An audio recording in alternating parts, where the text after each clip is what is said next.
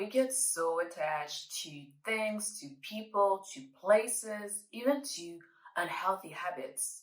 And that becomes detrimental to our mental health and just our overall well-being. I'm sure I'm not the only one who desperately wanted something and get attached to the outcome or that thing, and without it or without that person, like, it's gonna be harder if I don't have it, or if I don't get it, or if it doesn't happen a certain way. So let's unpack that. Welcome to Conscious Matters. I'm Melissa. On this channel, I talk about conscious living through empowerment and holistic wellness, especially mental health. I've been asking myself, why do we get so attached? Why on earth do we feel better with ties around us? And how do we release all of these attachments? I think one of the main reasons is capitalism and the material world we live in. It has been ingrained in our minds since the youngest age that we're supposed to have certain things and live our life a certain way in order to be worthy. So we end up getting that mindset and thinking that it's the truth and following the steps just like everyone else. Trying to fill up the void in our life with things, with people, with meaningless experiences. We do things or buy things without even knowing the meaning anymore. Or we end up buying things just to throw them out a few months down the line because of its low quality. So now it's all racked up, or because it's not trendy anymore, or simply because we lost interest. And all of that, trying to fill the void with different things outside of us, that is feeding our ego. Believing that only, or in majority, external factors, external elements are the one who will bring us all of the feelings we want to feel. Maybe happiness, maybe satisfaction, maybe joy, maybe confidence, love, all of that. And because we're counting on the external, and mind you, we cannot control what's outside of us, so we have this desperation, like, I need that. I need that in order to feel that. I need that in order to experience that.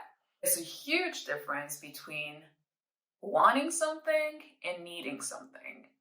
When we want something, we ecstatic, we happy when we get it. But if we don't get it right away, or we get it down the line or not at all, we're still fine. We're still okay. We might be a little bit disappointed, but we know that we're going to be okay. But when we need something, when we desperately need something or someone, we end up wearing this desperation coat. I think it was 𝗂𝗶𝗸𝗲 who said that, like, when you go try to find opportunities, but you so desperately want it that you wear the desperation coat and it stinks from miles away. So people are like kind of put off by you because they can feel the desperation out of you. It's exactly that. It's being so forceful because we think that we will crumble if we don't have that thing or that person in our life. And sometimes, most of the time, it's like, if we don't have it right now. But if we need the external to be okay, what happens when it's gone? Is it sustainable to live like that?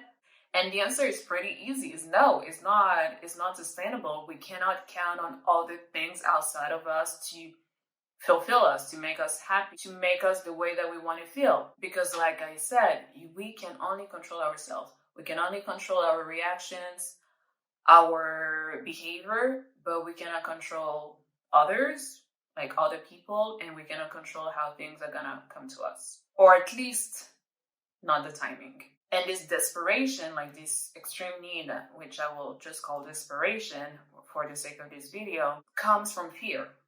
These fears are often rooted in the scarcity mindset and the negative mindset. It has an explanation, obviously. It's most probably from past experiences, like that you develop that fear, and now it's reflecting in our desperation to be something, to want something or someone.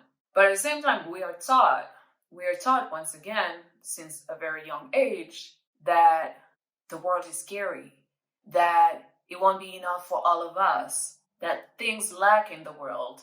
And we're shown fearful things all the time on TV, especially on the news. But that's a whole other tangent that I'm not going to get into here. I mean, at least not now. And all of those fears, we're letting them take in our power because we feel like we're out of control. We feel like we cannot make decisions, even though our control is limited to a certain point, but we still have a huge amount of free will. So when we're aware of that is when we start embracing the fear, look at it from another perspective, and understanding what kind of lesson it's trying to teach us so we can not fear it anymore. Aligning ourselves with the new belief, not the fear anymore, but the new belief that we created thanks to understanding the fear and embracing it so we can let it go, of course, understanding and accepting the shadow of it, but not buying into the distortion, not buying into this scarcity mindset, this lack mindset, this negativity thinking, this fear of the others, of the difference, of like that we won't be okay if we don't have certain things. It's just like, we're okay, we're good. Even when we think that we're not okay, we're actually okay. I also came to the conclusion in my own little reflection that expectations are actually what is deceiving us most of the time. Because when we walk into the world and do our part without expecting something out of someone or out of the thing that we just got or we just bought, that it will bring us something, then it's easier to let go when that thing or that person did not meet the expectation because we didn't have one to start with. It doesn't mean accept everything from everyone. No, that's not what I'm trying to say here. But maybe going into things, into life, a little bit less rigid, less expectant, makes it easier for our own well-being, our own mental sanity, first of all. I mean, it's good to ask ourselves, like, why do I want that thing so much? Why do I want it so much? What am I ready to let go? And am I even ready to let go so I can make room for better things in my life, or at least a new beginning? Even if that means leaving the comfort of familiarity. And that process is very personal. It depends of your own perspective of what you're aiming for in life. Not expect out of life, what you're aiming for in life. So how do we let go? How do we release all of these attachments? 3 things, I believe, probably many other things, but from what I understood right now and what I'm trying to incorporate in my own life is these 3 things. So first of all, self-empowerment. We gotta let go of this victim mentality that only the other things outside of us gonna save us, gonna make us feel some type of way. No, we do have the power. We do have some sort of control. We at least have free will, so we can make choices for ourselves. And realizing how powerful we actually are when we take that responsibility to take care of ourselves and to take a chance also on ourselves. Understanding that we are already whole, feeling like we complete already. And what I mean by that is, what if we could actually try to feel them already within us? If we're looking for joy or enjoyment or fun, why don't we try to already have fun with where we are right now, how we are right now, and with whom we are right now, instead of running towards the new next thing? If it's love that we're looking for, instead of desperately needing a partner, like, I need this partner in order to be happy, in order to feel love, in order to finally live my life. No. Why don't we start with self-love? Why don't we start nurturing and loving ourselves unconditionally? Why don't we start taking ourselves on dates? Why don't we enjoy our life as a single person right now? So when the other person will come, it will just feel like an overflow of even more love, like a bonus, instead of being it the main center element in our life that we cannot live without. We need to feed ourselves first. We need to feed ourselves with all of the good feelings that we want to feel and cultivate all of this feeling within us first. And it's by managing our emotional state that we can also have the proof that we don't need anything outside of ourselves to feel a certain way. Okay, so you might be like, okay, we heard that before and I've been trying it and I don't have the result yet. Using the example of someone looking for love, like I don't have a partner yet, I have tons of self-love, but it's not coming. Or I've been trying to feel abundant within myself, yet I don't see money in my bank account. So is it just wishful thinking or what is it? Having what we filled ourselves with reflected back to us is not an immediate response. It takes time. It takes effort. It takes patience, and patience and dignity. Like not complaining or anything, but trying to really letting our external reality catch up with our internal state. It can be very, very frustrating. I know. I'm living it too. So we're on the same boat here. However, it might take time. It might take a lot of time. It might require of us to be patient and dignity, to not feel like all of our efforts are for nothing. There is an element of trust that we cannot bypass, an element of faith, like we have to believe. After self-empowerment and recognizing our power, the second thing would be to trust, to simply trust, to have faith that is going to happen, and trusting that all will be okay with or without that thing or that person. Either way, we all kind of already won because we filled ourselves with something that we didn't have before or we weren't before. So that's a win already. The external, when things will come in, will reflect everything that we have inside. It will be amazing, but it will just be a bonus. It will just be the icing on the cake. Before that happen, it's super, super duper important to believe that we already have everything that we need right here, right now.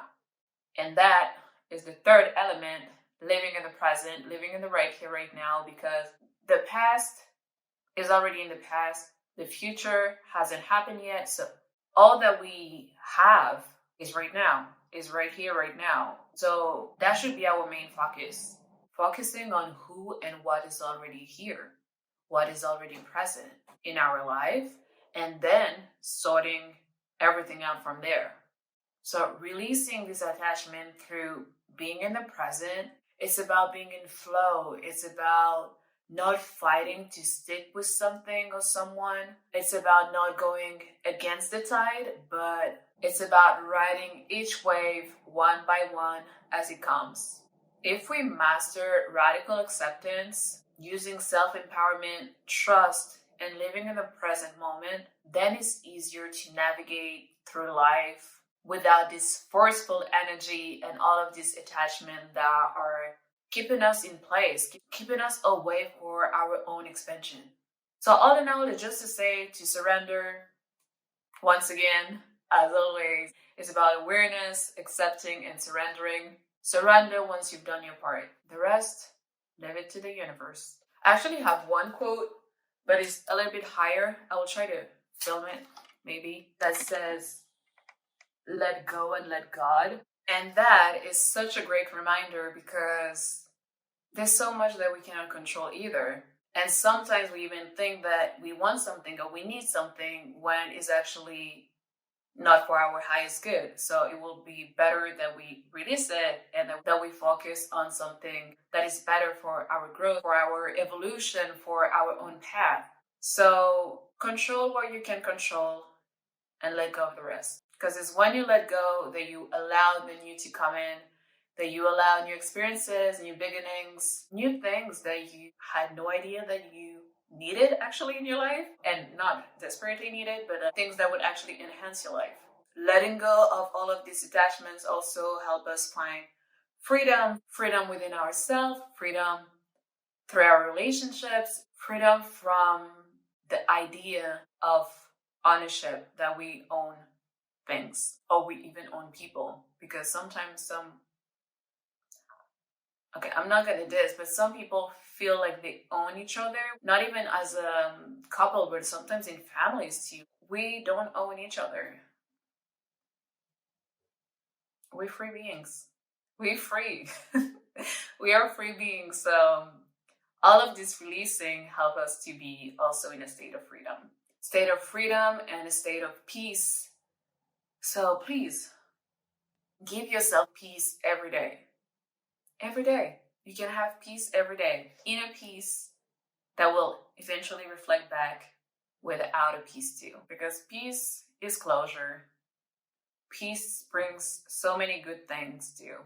But I'm not gonna say it's easy. Like it's so hard, like, to let go of things that we used to, ideas that we used to, or even dreams or goals that we think that are in our best interest, but sometimes it's not. Sometimes it is though, and we have to readjust. It's just like the way that we go about it is not the healthiest way. So that's why we have this blockage. But when we release the expectations, when we release the idea that we cannot survive without that, then things start to flow and get into place. And it's hard to not see things happen right away when we have been brave enough to release the attachment, when we have been doing the inner work, when we have been patient. But and you might think that the universe, God, divine love, source has forgotten about you. But sometimes it just requires a little bit more patience, a little bit more work. But we gotta, once again, trust and believe that we have everything that we need right here, right now. Things will unfold in the best way possible. We do our part and we leave the rest. That was a few words about releasing attachment, but I probably brushed over so many things, so many important things too. But feel free to add them in the comment, like if you have other perspective, other ideas, other experiences that you want to share. And I might do a video about also releasing everything that doesn't serve us anymore, if it's something that you'll be interested in. But in any case, let's be free. Let's be free. Let's live an easy breezy life. I mean, I shouldn't say easy because life is not easy. Life is ebbs and flows. It comes up and down, but at least having like this inner peace and inner freedom so we can thrive in life. So we can thrive without feeling held back. So I hope that was helpful. I hope that answered a few questions that you might have, or that you might even not agree with a few things that I said. But I'll be happy to read that in the comments and expand my mind too. So feel free to share that. Also, share in the comments below if getting too attached to material things, outcomes, or even people has been a recurring theme into your life. And what are you ready to let go of? Even if you don't know what's the next thing's gonna come into your life. So we can inspire each other to release, to let go. Don't forget to like, comment, and subscribe so we can befriend the algorithm. But also to share this video with others so this channel can keep on spreading the word about conscious living through holistic wellness. And as usual, stay true, keep on showing up for yourself, and let your soul lead the way. Take care.